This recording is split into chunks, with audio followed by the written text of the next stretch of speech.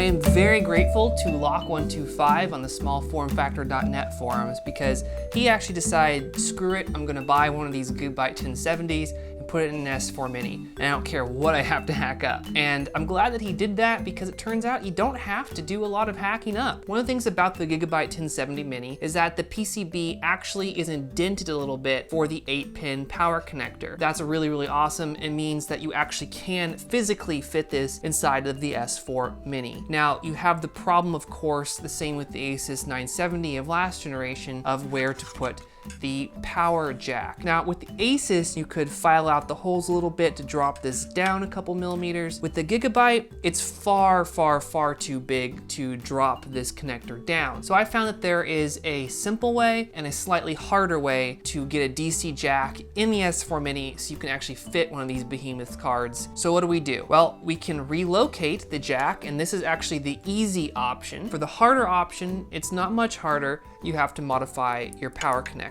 So Lock125's solution is to take a cutoff disc, like from an angle grinder or a Dremel, and notch about an 8mm groove in this DC-DC jack. And this groove actually slides into the PCB of the Gigabyte 1070. It's kind of like those balsa wood airplanes you got as a kid that you kind of like slit together and then you can fly. It's basically the same principle as that. Now, this allows you to surface mount it to the included S4 Mini cutouts. So what's the downside of this method? Well, you have to get an angle grinder or a Dremel, and you have to kind of carefully get the alignment correct. And something that I'm not super worried about, but it could be an issue, is that when you're grooving these two things together, there could possibly be electrical interference. It's a pretty benign part of the PCB on both ends, but it's just something to be aware of. Something else that I'm kind of concerned about, but I mean like barely concerned about, is that during shipment of the chassis, maybe not during travel, but during shipment when there's a lot of vibrations, maybe possibly they could rub together and grind out something that is not good. If you're an end user and this is your computer case and you do not ship it in the mail, I wouldn't worry about that. So with that out of the way, there is the second alternative, which is much simpler, but it has you modding your chassis. Here we have the back vents right here. There's these square cutouts, and they just so handily happen to line up very nicely with the DC jack's M3 screw sockets. There is a cross beam in between. Remove that cross beam, and then we'll have a square cutout which will nicely be able to mount this jack.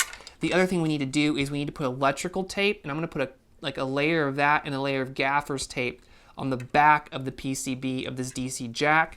So when we do mount it to the chassis, it's not going to make contact and cause a problem. So for tools, these Weiss metal shears, if you do not have one of these, just for around the house, they are incredibly useful. You'll use them all the time.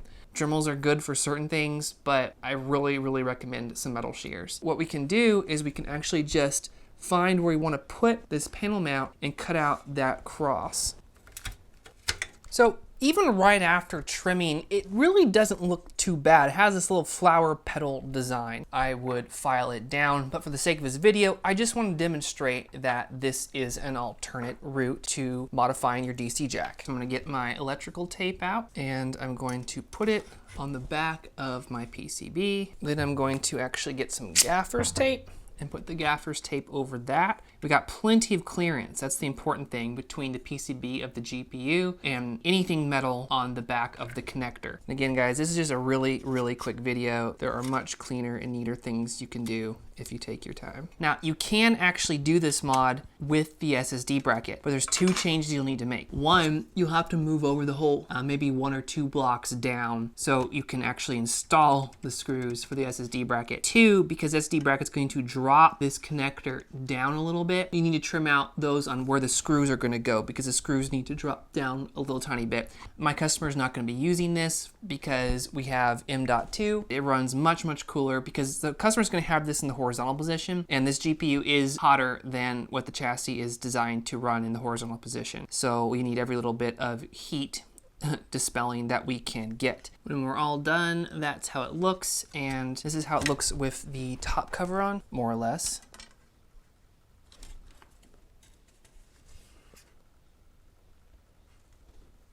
It's fairly okay. I mean, you can see it a little bit, so that's one of the downsides. Now, this actually does have a major benefit as opposed to doing it the cleaner way that Lock125 did. You can actually remove the graphics card without having to unmove the DC connector jack, which can be a very big pain trying to get both of them lined up and installed correctly. So continue on this video, I'm going to dye my cables black. I'm going to install the HD Plex, and I'm going to put everything inside and button it up, but I'm actually going to leave the front wraparound bezel off. On the one hand, won't look nearly as clean, but the side of the GPU will allow for better ventilation, and of course the front. This customer is going to be using this system in a confined space in a horizontal position. I need all the cooling I can possibly get.